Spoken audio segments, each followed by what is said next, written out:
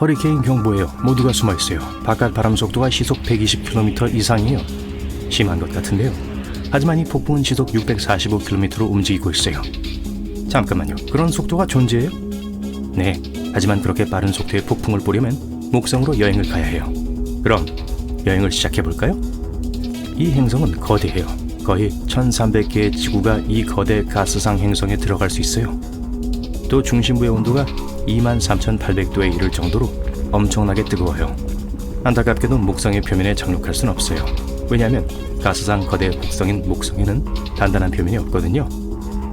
하지만 목성의 대기 속으로 더 깊이 들어갈 수는 있어요. 이 두꺼운 갈색, 노란색, 빨간색 그리고 흰색 구름들이 지나가는 걸 보세요. 이게 행성을 다채롭게 만들고 줄무늬를 만들어주는 거예요. 만약 행성의 중심을 향해 계속 내려간다면 대부분 수소와 헬륨가스로 구성되어 있는 대기가 액체로 변하는 걸 볼 수 있을 거예요. 엄청난 압력 때문에 이런 일이 일어나요. 행성의 중심부는 그 자체로 신비한 물체예요. 과학자들은 아직도 그게 두꺼운 액체로 된 녹은 공인지 아니면 지구 질량의 14배에서 18배 달하는 단단한 바위인지 알아내지 못했어요. 어쨌든 목성을 탐험하는 건 여행의 주요 목표가 아니에요. 네, 여러분 여기에 대적점을 보러 왔어요. 가스상 거대 옥성의 남반구에서 맹위를 펼치고 있는 거대한 폭풍 말이에요. 윗부분은 주변 구름의 꼭대기보다 8km 이상 더 높이 솟아있어요. 이 폭풍은 우리 지구보다 1.3배 더 넓어요. 2017년 나사의 주노 우주탐사선은 대적점에 대한 많은 데이터를 수집했어요. 그리고 이 폭풍 괴물은 행성의 대기권에서 322km 이상 내려간다는 게 밝혀졌어요. 지구상에 있는 모든 바다보다 30배에서 100배 더 깊은 거예요. 하지만 이 수치는 정확하지 않을 가능성이 높고 폭풍의 진정한 근원은 훨씬 더 깊을 수 있어요. 대적점은 대기의 나머지 부분보다 더 차가워요. 그리고 목성의 구름층 위쪽 온도가 영하 148도라는 걸 기억해 주세요. 반면 중심부로 더 가까이 갈수록 더 뜨거워져요. 신비하게도 거대 가스상 혹성에서 기록된 가장 높은 온도가 대적점 바로 위 대기에서 기록됐어요. 거긴 열기가 1316도에 달했어요. 이 온도는 우리 행성에 있는 용암의 온도보다 높아요. 전문학자들은 폭풍에 의해 야기된 난류가 과열의 원인이 될 수 있는 중력파와 음파를 생성할 수 있다고 믿고 있어요. 하지만 폭풍 그 자체는 위보다 바닥이 더 따뜻해요. 사람들은 목성에서 움직이는 소용돌이를 150년 이상 관찰해오고 있어요. 얼마 전에 천문학자들은 그게 점차 느려져 작아지거나 완전히 사라질 것이라고 예측했어요. 하지만 그게 사실이 아닌 걸로 밝혀졌어요. 허블 우주망원경의 도움으로 받았던 모든 데이터를 분석한 후 연구원들은 폭풍의 바깥쪽 경계에 있는 바람이 사실 속도가 더 올랐다는 걸 발견하고 당황했어요. 풍속의 변화는 1지구년 동안 시속 2.5km 이하예요. 아주 작은 변화지만 그 차이가 아무리 작아도 여전히 큰 의미가 있어요. 폭풍의 가장자리에 있는 풍속은 상상을 초월한 시속 643km에 이를 수 있어요. 지구의 토네이도보다 빠른 거죠. 동시에 만약 여러분이 대적점 중심에 있게 된다면 크게 감명받지는 않을 거예요. 그곳의 바람은 훨씬 더 느리게 움직여요. 과학자들은 대적점이라는 신비를 이해하려고 할 때 많은 문제점들에 직면했어요. 무엇이 폭풍을 돌게 하는지 분명하지 않아요. 그게 폭풍의 고향 행성의 본성일 수 있나요? 목성은 가스상 거대 곡성이기 때문에 단단한 땅이 없어요. 그래서 마찰력도 없죠. 그게 폭풍을 약화시킬 수 있는 유일한 것일 수도 있어요. 행성 대기의 뜨거운 가스는 항상 움직이고 있어요. 상승했다가 하강했다가 소용돌이치고 우리 고향 행성에서와 같이 거대한 순환하는 폭풍을 형성하면서 더 차갑고 따뜻한 공기가 섞이고 서로 합쳐지죠. 전문학자들은 한때 여러 개의 거대한 폭풍이 모여 대적점을 만들었을 수 있다고 생각했어요. 그리고 지금 지속적으로 아래로부터 차가운 가스를 그리고 위에서는 뜨거운 가스를 끌어들이며 돌고 있어요. 게다가 폭풍은 다른 작은 소용돌이들을 흡수하고 있을지도 몰라요. 이게 대적점을 더욱 강하게 만들어요. 안타깝게도 목성의 두꺼운 구름 때문에 전문학자들은 목성의 낮은 대기에서 무슨 일이 일어나고 있는지 볼 수 없어요. 과학자들은 수십 년 동안 대적점 아래에 뭐가 숨어 있을지에 대해 추측해왔어요. 거대한 화산일까요? 그럴 것 같진 않아요. 목성은 대부분 가스로 이루어져 있어요. 그리고 행성 내부에서 용암이 빠져나오는 갈라질 수 있는 지각은 없어요. 또 폭풍이 왜 그 트레이드마크 색을 갖고 있는지 설명해주는 몇 가지 이론들도 있어요. 희고 연한 다몽색에서부터 밝은 주황색과 벽돌색의 붉은색까지 다양한데요. 어떤 과학자들은 그 해답이 대적점 아래 행성의 표면 더 가까운 곳에 있다고 믿고 있어요. 무색의 가스층은 태양으로부터 오는 자외선에 반응할 수 있어요. 이게 아마도 폭풍이 붉은색을 띠는 이유일 거예요. 하지만 아직까지는 그냥 이론일 뿐이에요. 뭐 여러분이나 저나 모르는 건 마찬가지인 거죠. 거대한 폭풍이 있다고 자랑할 수 있는 유일한 행성은 목성뿐만이 아니에요. 우리 지구만큼 넓은 또 다른 폭풍이 토성의 맹위를 떨치고 있어요. 이건 대백반이라고 불려요. 똑똑한데요. 이 폭풍은 전체 행성을 둘러싸고 있는 흰 구름의 꼬리를 갖고 있어요. 약 30년마다 생기죠. 이 폭풍은 진짜 점에서 시작돼요. 하지만 점점 늘어나죠. 전문학자들은 대백반이 사실 거대한 네우책이라는 걸 알아냈어요. 폭풍의 꼭대기에서 번개가 초당 10번 이상 번쩍일 수 있어요. 하지만 대백반에 대한 주요 미스터리는 그게 어디서 에너지를 얻느냐예요. 어떤 과학자들은 태양에 의해 동력이 공급되고 있을 수 있다고 해요. 다른 사람들은 이 폭풍의 구름 패턴은 바람의 동력을 공급할 수 있는 내부 여론이 있을 때만 말이 된다고 주장해요. 어쨌든 태양계의 다른 행성들에서 발생하는 심한 폭풍들만 전문학자들의 머리를 긁적이게 하는 건 아니에요. 태양계에서 가장 큰 외소 행성으로 알려진 명왕성으로 가봅시다. 그리고 대기를 탐험해 보자고요. 대기는 행성 표면에서 아주 높이 솟아있고 층이 20개 이상이에요. 모두 얼어붙을 정도로 차갑고 극도로 웅축되어 있어요. 그나저나 우리의 달도 어떤 종류의 대기가 있어요. 외기권이라고 불리고 헬륨, 네온, 그리고 아르곤으로 구성되어 있어요. 지구 대기보다 10조 배나 밀도가 낮아요. 우주를 여행하는 동안 블랙홀 조심하세요. 휴, 블랙홀은 중력이 너무 강해 빛조차 빠져나갈 수 없는 곳이에요. 하지만 블랙홀은 가끔 거대한 은하 화산처럼 행동할 수도 있어요. 가끔 폭발하죠. 저 같은데요. 하지만 용암을 분출하는 대신 엄청난 양의 에너지를 생산해요.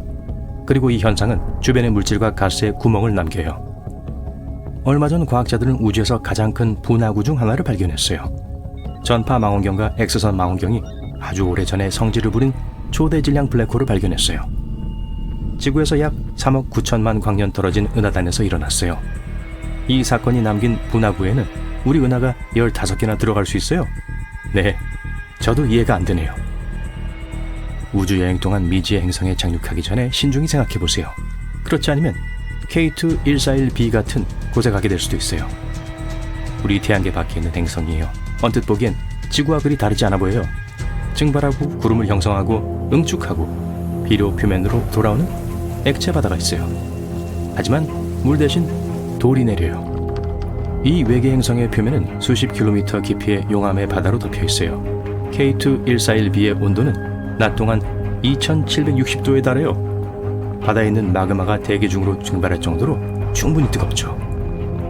그리고 초속 1.6km의 속도로 움직일 수 있는 초음속 바람은 이 암석 증기를 행성의 밤쪽으로 운반해요. 기화된 마그마는 식고 다시 액체가 되어 바위 위로 떨어져요. 이런 휴양지는 별로네요. 너무 뜨거워요. 전 패스할게요. 과학자들은 슈퍼 지구라고 부르는 새로운 행성들을 계속해서 찾고 있어요. 지구보다 더 무겁지만 천왕성이나 해왕성 같은 얼음 행성들보단 훨씬 가벼운 행성의 종류를 말해요. 슈퍼지구는 바위, 가스 또는 이 두 가지의 조합으로 만들어질 수 있어요.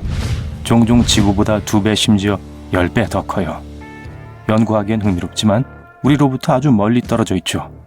태양계 밖에서는 미니 해왕성 같은 흥미로운 행성들처럼 꽤 흔해요. 이것들은 가스 외성, 얼음 거성 또는 거대 암석 물체들이 될 수도 있어요. 하지만 다시 말하지만 우리에게 이런 건 없어요. 그런데 우리에겐 있지만 다른 태양계에는 없는 게 뭘까요? 목성이에요. 우리 태양의 궤도를 도는 가장 크고 무거운 물체예요.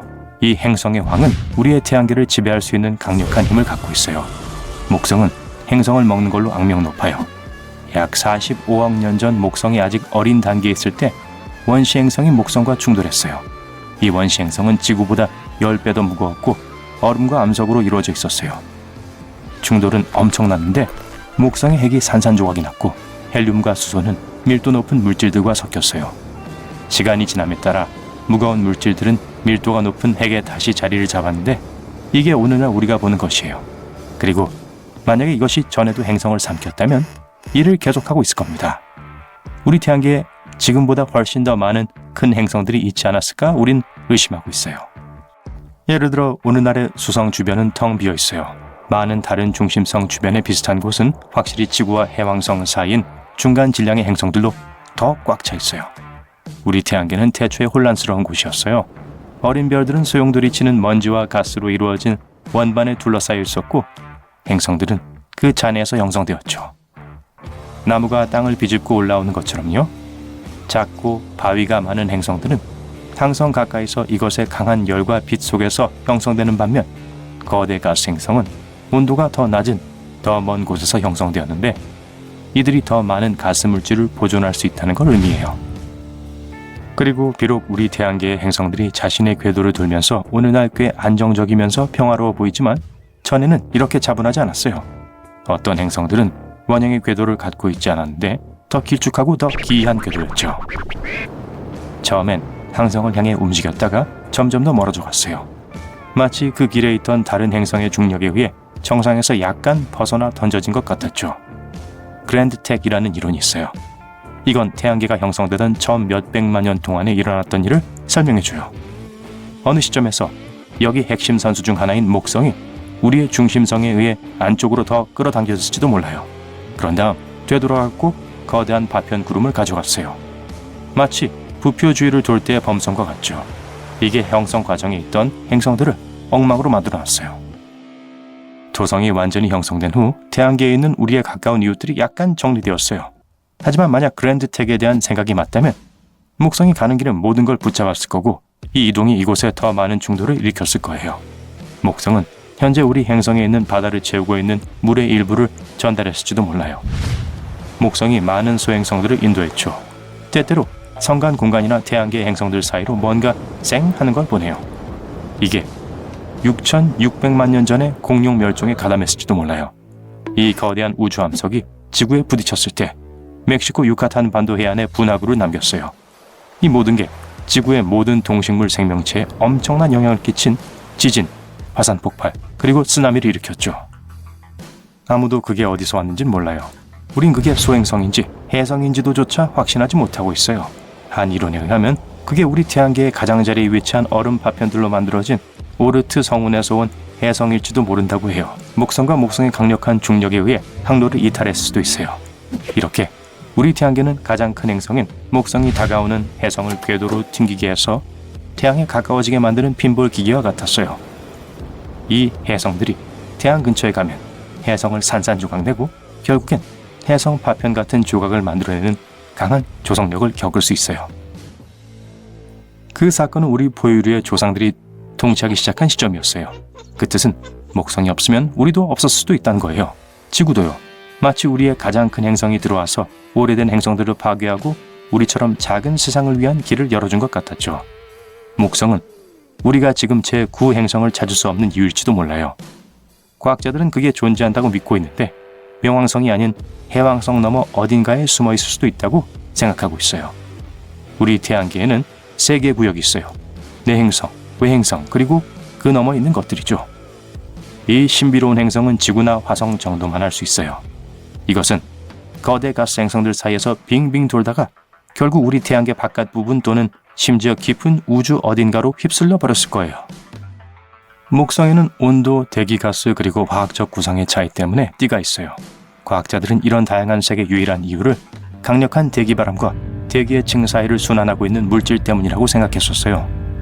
이제 우리는 밝은색의 띠나 소위 구역이라고 불리는 게 가스가 어디서 솟아오르고 있는지를 우리에게 보여주고 있다는 걸 알게 되었어요. 띠가 어두운 색일 때 벨트라고 불리며 가스가 어디서 가라앉고 있는지 알려주고 있죠. 행성에 줄무늬가 있는 이유는 목성의 위성들 때문일 수 있어요. 왜냐하면 이것들이 대기의 대류환들을 잡아당기고 있거든요. 목성의 중심에는 용해된 무거운 원소들과 함께 헬륨과 금속 수소로 이루어진 밀도 높은 액체액이 있어요. 우리가 중심으로부터 더 멀어질수록 행성 내부의 온도와 압력은 떨어져요. 그렇게 되면 액체 내부는 대기로부터 대부분의, 다시 말해 헬륨 및 수소로 이루어진 기체의 자리를 내줘요.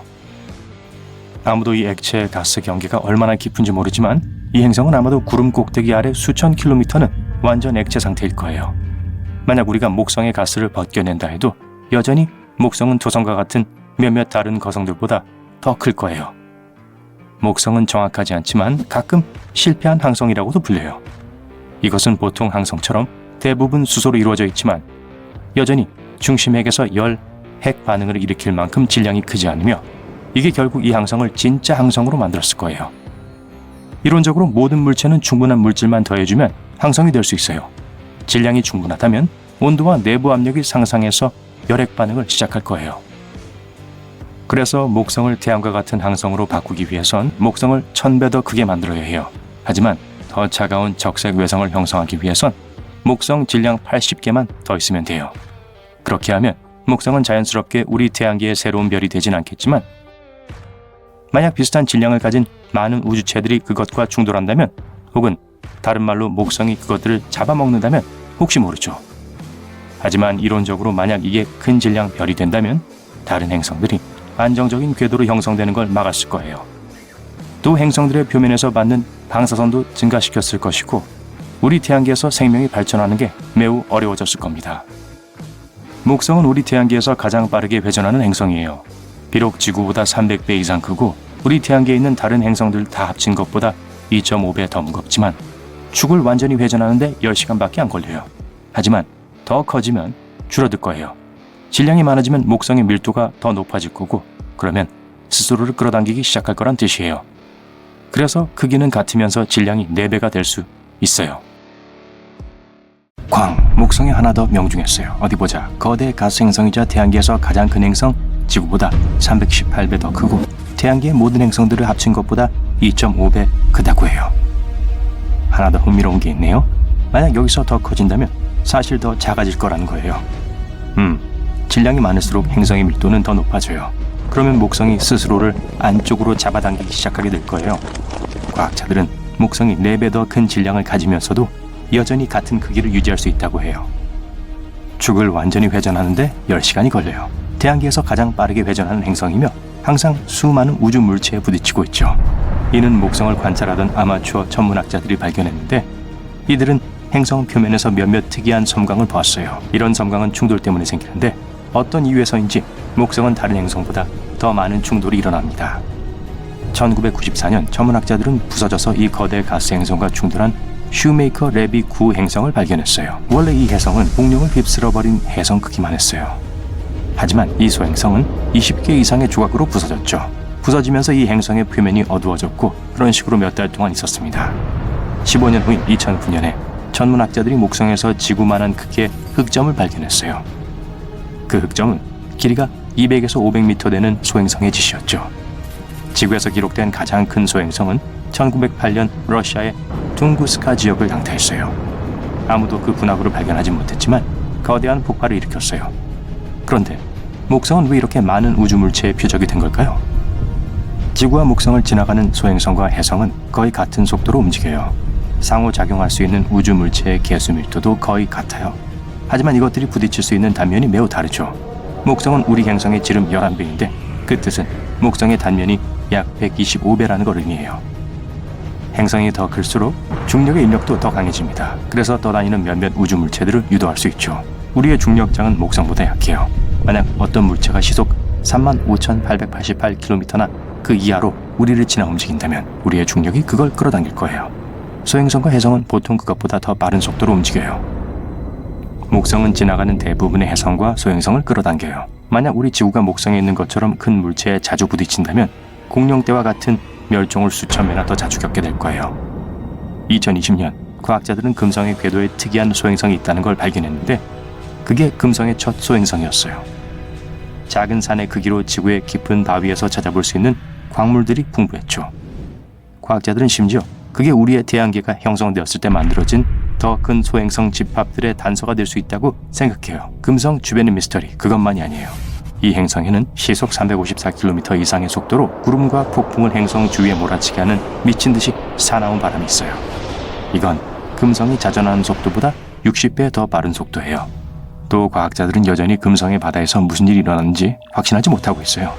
그들은 이 행성이 태양에 아주 가까이 있어서 우리 증발의 증기로 대기 중으로 들어갔을 거라고 믿어요.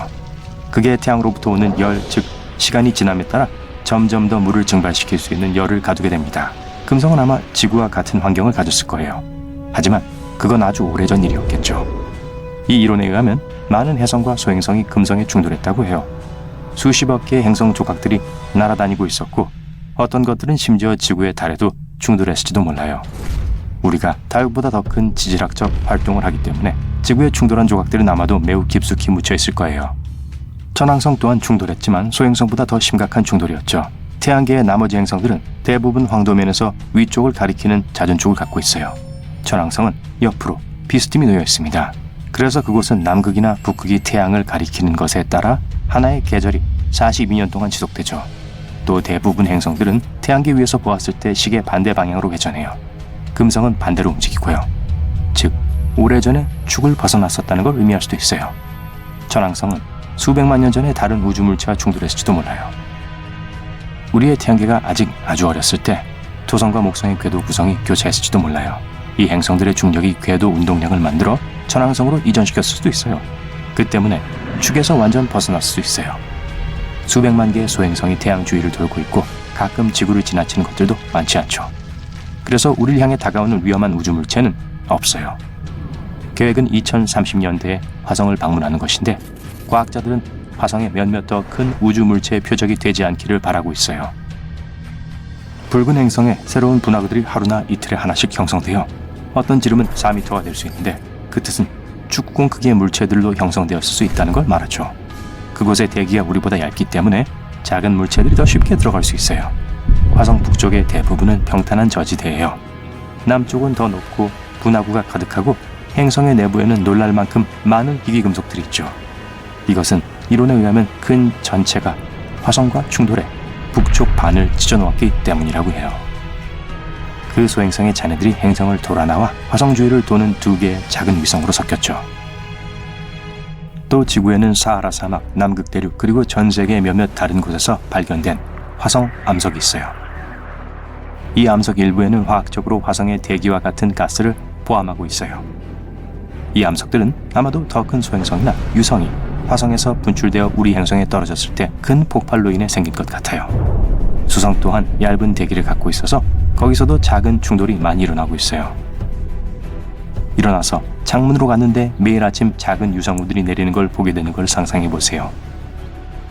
이게 수성에서 일어나는 일이에요.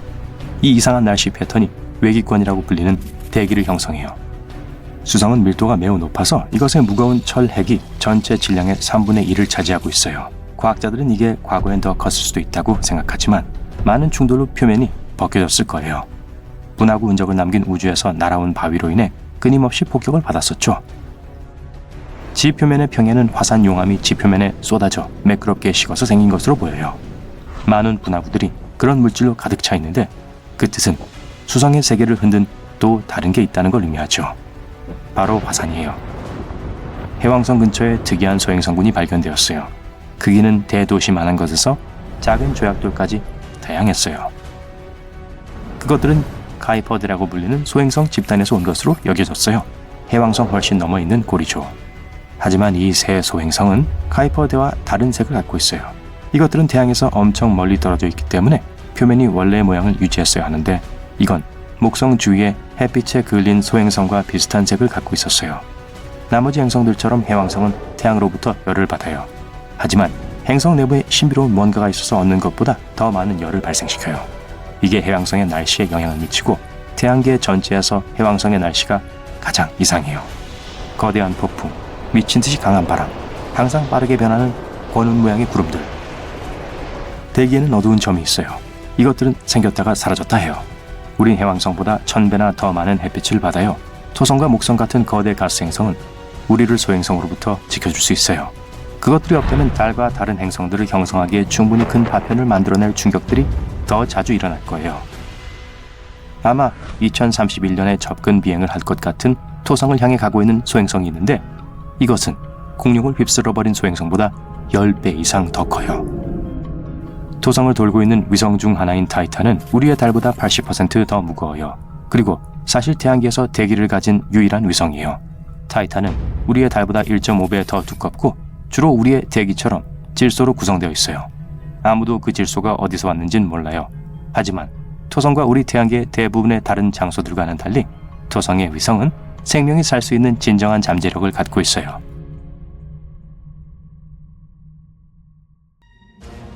목성의 중력이 거대한 해성을 산산조각냈습니다. 여기서 그치지 않았어요. 정말 큰 재앙이 일어났습니다. 파편들이 사방으로 날아가지 않았어요. 대신 기차처럼 줄지어 목성을 향해 돌진했습니다. 지름 1.6km에 달하는 21개의 파편이 목성의 대기를 뚫고 폭발했습니다. 불덩어리가 시속 60km의 속도로 목성을 폭격했어요. 불덩어리는 주변을 섭씨 27,800도까지 가열했습니다. 태양 상층부의 온도보다 높고 달걀을 삶는 데 필요한 온도보다 312배 더 뜨거운 온도예요. 식욕이 떨어지네요. 그 충격은 바위가 연못으로 떨어지는 것과 같았습니다. 운석 조각들은 목성의 표면에 거대한 연기 기둥을 형성했습니다. 낮은 대기권의 물질들이 위로 솟구쳐 올라갔습니다. 그 과정은 엄청난 양의 에너지를 만들어냈어요. 과열된 불길이 성층권으로 뿜어져 나왔습니다. 파편들은 길이 3,000km의 기다란 꼬리를 뒤로 한 채 떠났습니다. 뉴욕과 텍사스 사이의 거리보다 더 긴 거예요.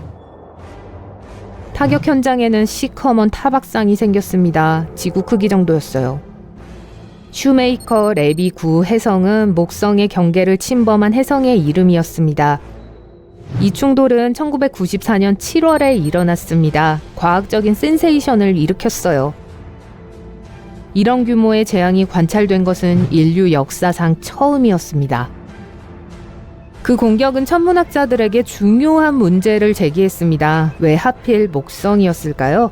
목성은 지구나 태양계의 다른 행성에 비해 수천 배나 더 자주 해성의 공격을 받습니다. 한번 알아볼게요. 우주선에 올라서 불가사의한 목성으로 여행합니다. 우주선이 목성에 도착하려면 2년이 걸릴 거예요. 하지만 여러분이 탄 우주선은 훨씬 더 빨라요. 여러분은 벌써 도착했어요. 잘 됐네요. 1초밖에 안 걸렸어요. 사실 목성은 굉장히 큽니다. 그 안에 1300개의 지구 크기 행성이 들어갈 수 있어요. 가스 구름 덕분에 아름다워 보이네요. 목성은 단단한 표면이 없습니다. 하지만 표면에 이상한 얼룩이 있어요. 커다란 눈처럼 보이고 3.5개의 지구가 들어갈 만한 크기예요. 이 폭풍은 무시무시합니다. 에베레스트보다 10배 더 높고 바람은 시속 483km의 속도로 붑니다. 350년 동안 지속되어 왔어요. 그런 폭풍은 차 안에 숨어서는 피할 수도 없어요. 우주선에 있어서 다행이에요. 만약 태양계의 모든 행성이 하나의 슈퍼행성으로 합쳐진다고 해도 여전히 목성보다 2.5배 더 작을 것입니다. 크기가 크면 중력도 큽니다. 우주선은 목성을 발판으로 사용합니다. 이 거인의 중력은 비행 속도를 높이고 목표물에 더 빨리 도달하도록 돕습니다. 중력 때문에 목성은 해성, 소행성, 그리고 위험한 우주잔해를 자석처럼 당깁니다. 목성은 진정한 우주 슈퍼히어로예요. 목성의 중력 방패는 태양계 내부로 날아드는 우주 괴물들의 공격을 막아내고 물리칩니다. 공룡들은 동의하지 않지만요. 그 얘기는 잠시 후에 더 자세히 할게요. 만약 당장 내일 목성이 거대한 진공청소기에 의해 삼켜진다면 어떨까요? 한 가지는 확실해요. 우리는 엄청난 문제를 겪을 거예요. 거대한 방패가 없다면 수천 개의 해성과 소행성이 훨씬 더 자주 지구를 공격할 거예요.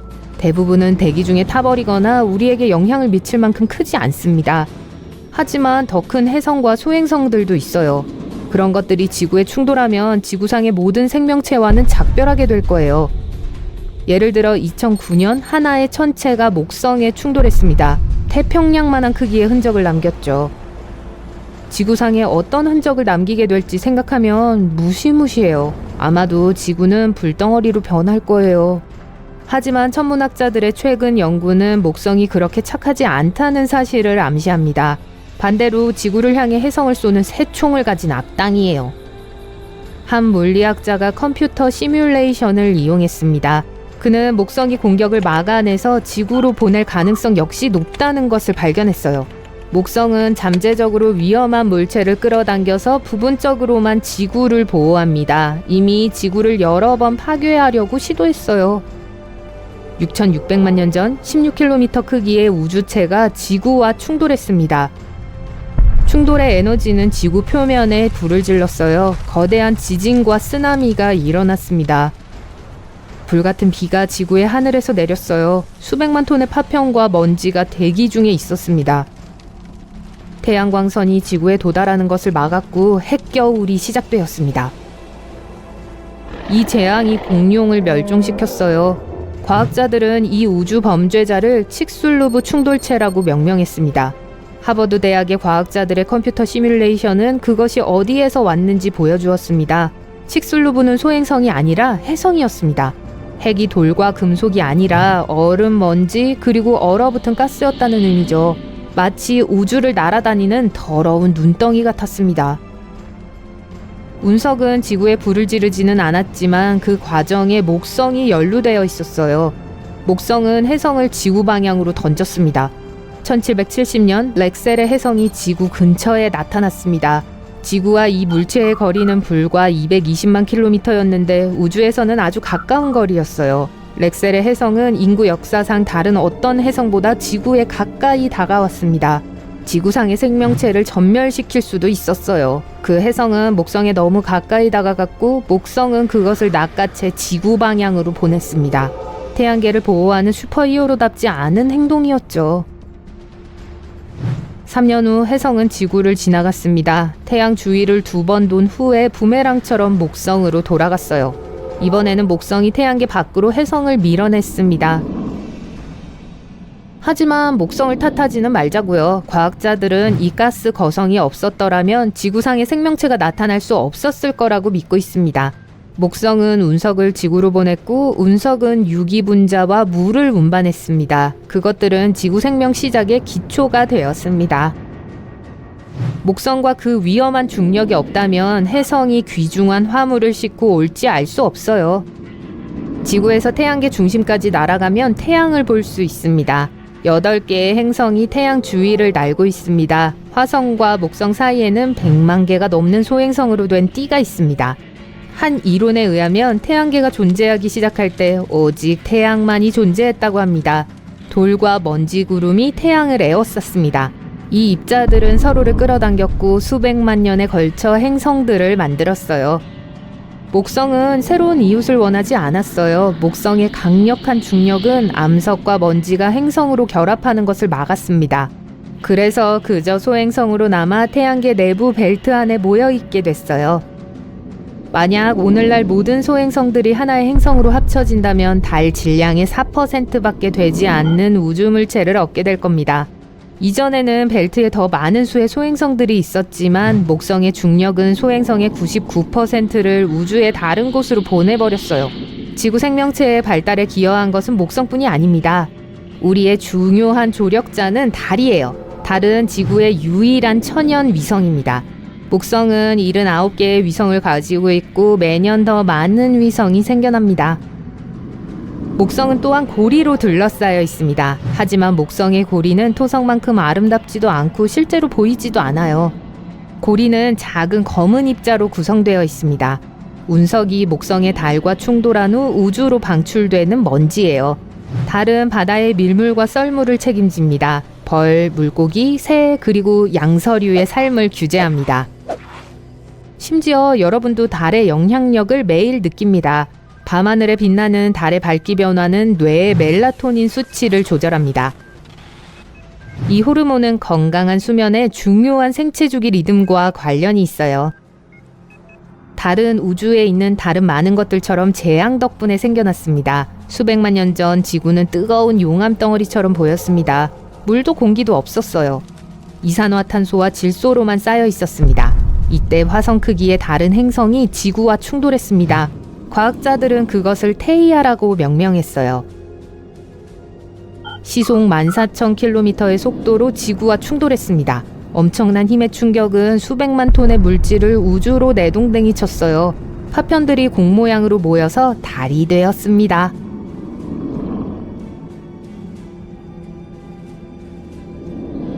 과학자들은 달의 신비를 거의 풀었어요. 하지만 목성의 중심에 단단한 핵이 있는지 아니면 우주에 떠있는 진하고 뜨거운 액체인지 알지 못합니다. 목성은 태양계에서 가장 큰 바다를 가지고 있어요. 물이 아닌 액체 수소로 만들어졌습니다. 만약 목성 질량이 80배 더 컸다면 밝은 별로 변했을 거예요. 목성은 결코 인간이 살 수 없는 독특한 장소입니다. 행성 내부의 압력은 지구 표면보다 2만 배 더 큽니다. 극한의 압력과 온도는 가까이 다가가는 모든 우주선을 파괴할 거예요. 그래서 목성이 더 매력적으로 느껴지는지도 모르겠네요. 저기요, 일어나요. 빨리 좀 들어봐요. 목성의 위성 중 하나에서 나오는 5초짜리 FM 신호예요. 더듬거리면서 폰을 찾아 동료들에게 알립니다. 동료들은 이 소식에 깜짝 놀래 실험실로 달려갑니다. 여러분은 목성을 탐사하는 주노 탐사선의 과학자로 몇 년 동안 일하고 있었는데요. 이렇게 특이한 광경을 본 건 이번이 처음이에요. 가니메데는 목성의 가장 큰 위성이자 태양계에서 가장 큰 위성이죠. 만약 이 우주물체가 목성의 궤도를 돌지 않았다면 행성으로 분류되었을 거예요. 수성이나 명왕성보다도 더 크거든요. 이 위성이 다른 것들 중에서도 돋보이는 건 자신만의 자기장을 갖고 있는 사실 때문이에요. 이 위성은 약 45억 년 전에 태어났어요. 목성 자체만큼 오래되었다는 뜻이죠. 이 행성만한 크기의 우주물체는 자신이 행성의 궤도를 도는데 지구날로 7일이 걸려요. 모두들 연구실에 모여 여러분이 우주에서 녹음한 신호를 재생하기를 초조하게 기다리고 있어요. 동료들은 이 신비한 소리의 근원을 알아내려고 애쓰면서 일에 착수합니다. 가니메데의 표면의 약 40%는 어둡고 분화구가 여기저기 흩어져 있고 60%는 밝죠?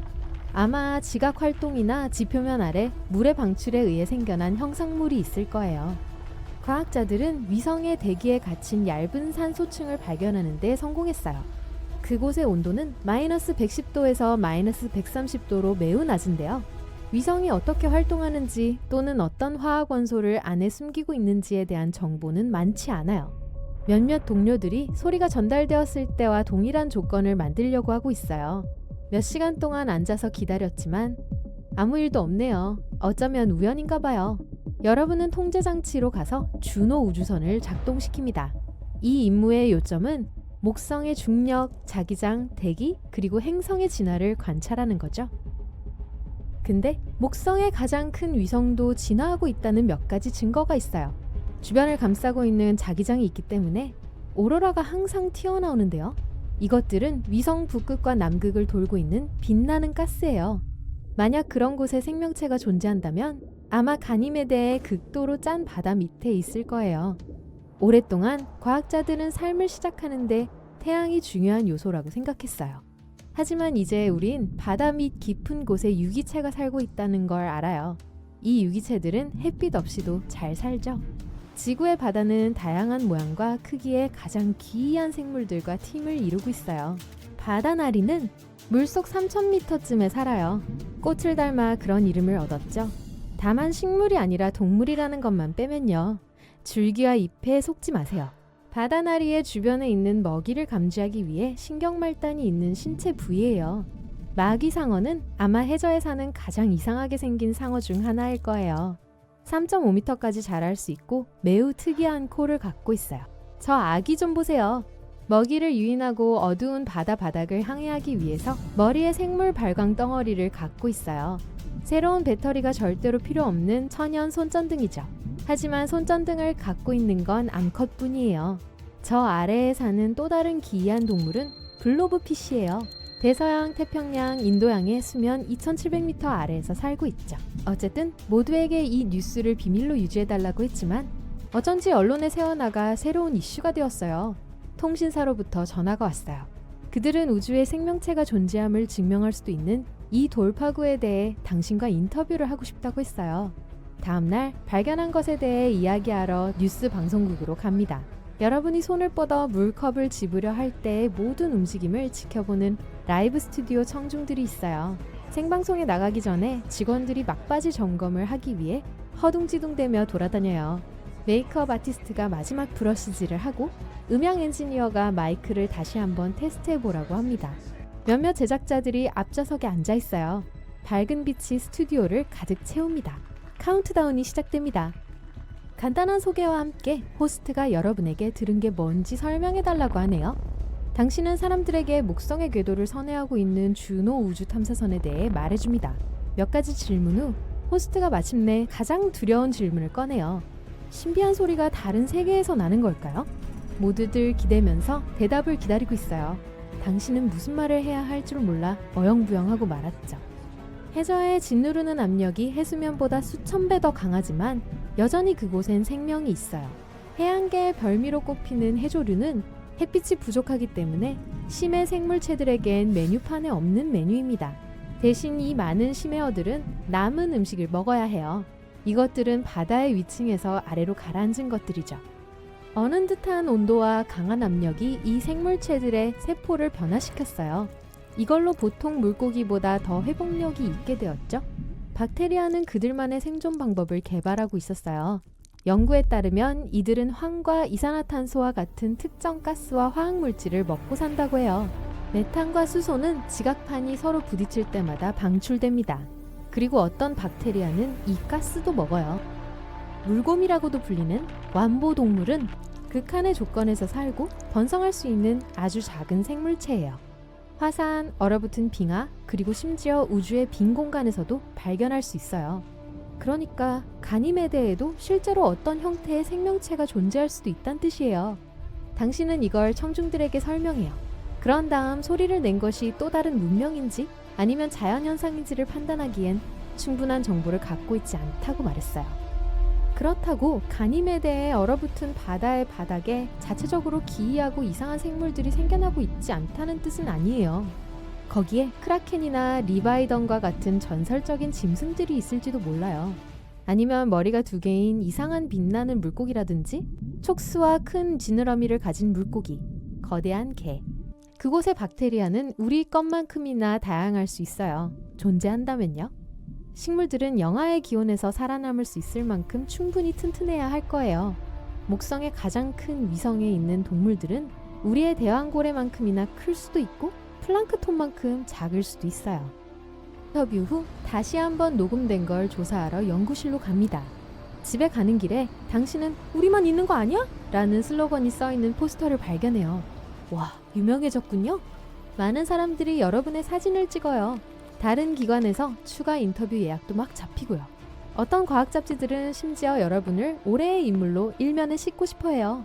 출근할 때마다 소리가 다시 나기를 기다리는데 아무 일도 일어나지 않아요. 주노 탐사선으로 소리를 냈던 게 뭐든 간에 접촉을 시도하려고 신호를 보내는데 아무것도 없네요. 그날 밤 책상에서 또 한 번 잠듭니다. 한밤중에 깨달음의 순간으로 깨버렸어요. 놓친 게 있을 수도 있어요. 계산을 다시 하고 해답이 여태까지 바로 앞에 있었다는 걸 깨닫죠. 소리를 낸 건 또 다른 문명이 아니에요. 소리의 근원은 전자였어요. 모든 행성은 자신만의 소리를 내요. 태양풍의 하전입자들과 행성 자기권에 서로 상호작용할 때 생성되죠. 바로 그게 가니메데에서 일어난 일이에요. 탐사선이 신호를 수신한 자기장의 전자가 평소보다 이상했어요. 그리고 이게 불규칙한 주파수를 증폭시킨 거예요. 여러분은 당황해서 밤새 전화를 걸면서 팀에게 소식을 전합니다. 당신을 인터뷰하던 기관에서 성명서를 발표했어요. 다른 문명이 우리와 접촉하려고 하는 게 아니라고 설명했죠. 당신은 책상에 기대앉아 다음 큰일이 일어나길 기다려요. 유로파는 목성의 또 다른 위성인데 생명체가 살고 있을지도 몰라요. 철로 된 핵과 멘틀, 그리고 지구의 모든 해양의 부피 2배인 염분이 많은 바다로 이루어져 있어요. 그리고 가니메데처럼 바다는 얼음지각 아래에 있어요. 과학자들은 그곳에 활화산이 있을지도 모른다고 주장해요. 그리고 몇몇 회복력이 좋은 박테리아가 그곳에 살지도 몰라요. 충분한 물, 특정 화학물질, 그리고 에너지원으로 유로파는 생명을 만들어낼 수 있어요. 하지만 우린 작은 미생물 외에는 아무것도 발견하지 못할 것 같네요. 몇 년 전 나사는 목성에서 신비로운 녹색빛을 포착했습니다. 그 빛은 엄청난 속도로 움직이며 거의 탐지를 피할 뻔했습니다. 이것이 수십 년간 우리가 놓쳐온 목성의 비밀을 증명하는 걸까요? 만약 그렇다면 지구의 우리 인류에게 어떤 영향을 미칠까요? 사실 천문학자들이 이 현상을 우연히 발견한 건 아닙니다. 그들은 오랫동안 목성을 매우 면밀히 연구해 왔습니다. 그 이유는 바로 주노 탐사 임무입니다. 주노 탐사선은 2011년에 발사되어 2016년 목성에 도달했습니다. 그 이후로 목성 궤도를 돌며 방대한 데이터를 수집하고 있습니다. 주노의 임무는 목성의 구성 성분, 대기의 작동 원리, 그리고 행성 깊숙한 곳에서 일어나는 일을 밝혀내는 것입니다. 2020년 주노의 카메라 중 하나인 주노캠이 이름 참 잘 지었죠? 이상한 것을 포착했습니다. 목성 북극 근처에서 밝은 녹색 섬광이 나타났는데 이 빛은 매우 빠르게 움직이는 것처럼 보였습니다. 우주에서 빠르게 움직이는 물체를 포착하는 건 극히 어렵습니다. 그래서 이 이미지가 많은 과학자들을 놀라게 한 것입니다. 이 녹색빛의 정체는 무엇일까요? 가장 유력하고 널리 받아들여지는 설명은 번개입니다. 하지만 목성의 번개는 지구의 번개와 매우 다릅니다. 목성에서는 암모니아와 물로 이루어진 거대한 구름 속에서 번개가 형성됩니다. 이 폭풍은 지구에서 겪는 것보다 훨씬 강력하며 녹색을 포함한 특이한 색상을 만들어낼 수 있습니다. 하지만 이 녹색빛이 번개가 아니라면 어떨까요? 왜 이전에는 보진 못했을까요?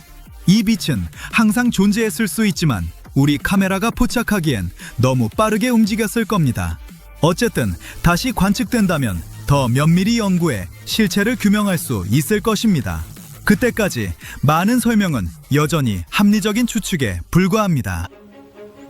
또 다른 의문은 이것이 지구에 어떤 의미를 갖느냐입니다. 과학자들은 우리 행성에 직접적인 영향은 없을 거라 확신하지만 이 발견은 여전히 중요합니다. 번개 같은 기상현상이 다른 행성에도 존재하며 때로는 훨씬 극단적인 형태로 나타난다는 것을 보여주기 때문입니다. 예를 들어 화성이 그렇습니다. 과학자들은 최근 화성 대기가 정전기로 가득하다는 사실을 발견했습니다. 다시 말해 화성에도 작은 번개가 존재합니다.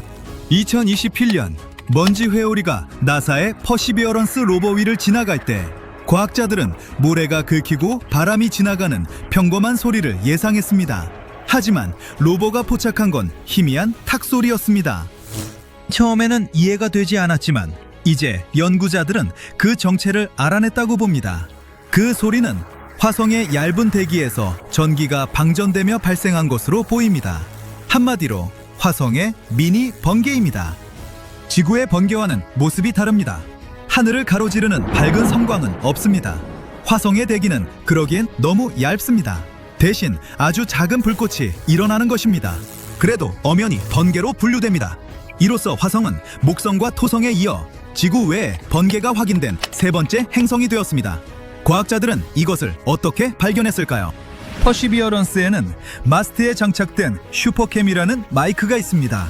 2년에 걸쳐 약 28시간의 화성 소리를 녹음했는데 그 음향 데이터 속에 소규모 방전에서 예상되는 것과 일치하는 55개의 짧은 신호가 숨어 있었습니다. 이 불꽃은 매우 작았습니다. 카펫 위를 걸은 뒤 문 손잡이를 만질 때 느끼는 정전기 충격과 비슷한 수준이죠. 각 불꽃은 밀리초 단위로만 지속됐지만 그중 7개는 전자기 간섭과도 일치했습니다. 이는 로버 근처 공기 중에서 전기 방전이 일어났다는 강력한 단서입니다. 그런데 화성의 번개는 어디서 오는 걸까요? 지구에서는 폭풍구름 속 얼음 입자들이 충돌하며 번개가 형성됩니다. 화성에는 그런 폭풍우가 없습니다. 너무 춥고 건조하기 때문이죠. 하지만 먼지는 아주 많습니다. 강한 바람이 먼지 입자들을 휘몰아치면 입자들이 서로 부딪히며 전하를 교환합니다. 과학자들은 이 현상을 마찰 대전이라는 용어로 설명하지만 원리는 간단합니다. 마찰이 전기를 만들어내는 것입니다. 전하가 충분히 축적되면 방전됩니다. 이 방전은 소리와 전자기파를 동시에 만들어내는데 바로 퍼시비어런스가 감지한 신호입니다. 이 작은 불꽃은 무해해 보이지만 사실 매우 중요합니다. 전기 활동은 화성의 화학 구성을 변화시킬 수 있습니다. 과산화수소나 과염소산염 같은 반응성 화학물질의 생성을 촉진하는데 이들은 유기물을 분해합니다. 이것이 화성에서 고대 생명체의 흔적이 보존되기 어려운 이유를 설명할 수 있습니다. 전기는 먼지의 움직임에도 영향을 줄 수 있습니다. 대전된 먼지는 더 쉽게 떠오르며 먼지 폭풍의 성장과 유지를 도울 수 있습니다. 일종의 피드백 루프가 형성되는 것이죠. 먼지가 많아지면 전하가 늘고 폭풍은 더 거세집니다. 실용적인 측면도 있습니다. 이 불꽃이 우주인에게 직접적인 해를 주진 않지만 전자장비에 간섭하거나 민감한 기기를 손상시킬 수 있습니다. 이 방전이 언제 어디서 발생하는지 파악하면 엔지니어들이 화성의 전기적 환경에 대비한 미래 탐사 임무와 우주복을 설계하는 데 큰 도움이 됩니다. 이제 태양에서 더 먼 곳으로 가보겠습니다. 태양계에 대한 인식을 바꿀 수 있는 이야기입니다. 새로운 시뮬레이션에 따르면 천왕성과 해왕성은 거대한 얼음 덩어리가 아닐 수 있습니다. 내부는 실제로 훨씬 암석질이고 얇은 얼음층만 감싸고 있을 수 있습니다. 취리 대학교 연구팀이 새로운 모델을 돌려본 결과 이 얼음 거대 행성들이 관측 데이터와 일치하려면 반드시 얼음이 지배적일 필요가 없다는 걸 발견했습니다. 실제로 많은 시뮬레이션에서 이 행성들이 예상보다 훨씬 많은 암석을 포함해도 동일한 결과가 나왔습니다. 현재 데이터를 기준으로 천왕성과 해왕성은 암석 위주일 수도 얼음 위주일 수도 있습니다. 둘 중 하나를 판별할 정보가 아직 부족합니다.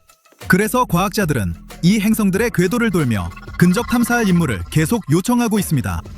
보이저 2호는 1986년에 천왕성을, 1989년에 해왕성을 스쳐 지나갔습니다. 몇 가지 측정값을 수집하고 계속 비행했을 뿐입니다. 구름 아래에서 무슨 일이 일어나는지 파악할 만큼 오래 머문 탐사선은 없으며 과학자들은 제한된 단서로 만든 컴퓨터 모델에 의존하고 있습니다. 이전의 얼음 거대 행성 모델은 여전히 유효하지만 데이터에 맞는 유일한 설명은 더 이상 아닙니다. 한편 또 하나의 놀라운 발견은 천왕성의 위성 아리엘과 관련됩니다. 크기는 작지만 과학자들은 아리엘이 한때 전체 부피의 절반 이상을 차지하는 거대한 지하바다를 품고 있었을 수 있다고 봅니다. 그 바다의 두께는 약 170km에 달했을 수 있으며 10억 년 전까지도 존재했을 가능성이 있습니다. 아리엘의 지름은 약 1160km로 지구, 달 크기의 약 3분의 1에 불과합니다. 그래서 과학자들은 열을 오래 유지하지 못할 것이라 추정했지만 최신 연구 결과는 다릅니다. 보이저 2호가 1986년 천왕성을 지나갈 때 아리엘의 표면이 오래되고 얼어붙은 것처럼 보이지 않는 이미지를 보내왔습니다. 오히려 이 위성은 균열과 산등성이, 심지어 얼음 화산의 흔적과 함께 비교적 젊고 활동적인 모습이었습니다. 이런 특징 중 일부는 유로파, 엔셀라두스, 크리톤 같은 위성에서 보이는 것과 놀랍도록 유사한데 이들은 이미 얼음 아래 바다가 있다고 알려진 곳입니다. 이후 과학자들은 아리엘 표면에서 암모니아와 탄소 기반 화합물의 흔적도 발견했습니다. 이런 화학물질은 아래에서 계속 올라오지 않으면 오래 존속하지 못하며 이는 곧 지하에 액체 상태의 물이 있음을 시사합니다. 연구자들은 아리엘 내부의 모습을 모델로 구축했습니다. 시뮬레이션에서 이 위성은 단단한 외부 지각, 그 아래 부드러운 층, 그 밑에 깊은 바다, 그리고 중심부의 고체 핵으로 구성되어 있었습니다.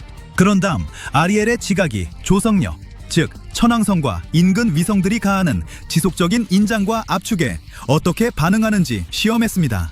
결과적으로 지각 두께가 약 30km 미만이면 상당한 조석 응력으로 균열이 발생하는 것으로 나타났습니다. 그 응력의 원인 중 하나는 약 10억에서 20억 년 전 또 다른 위성 미란다와의 상호작용일 수 있습니다. 이 상호작용이 아리엘의 궤도를 약간 늘려 지각이 깨질 만큼 충분한 변형을 가했습니다.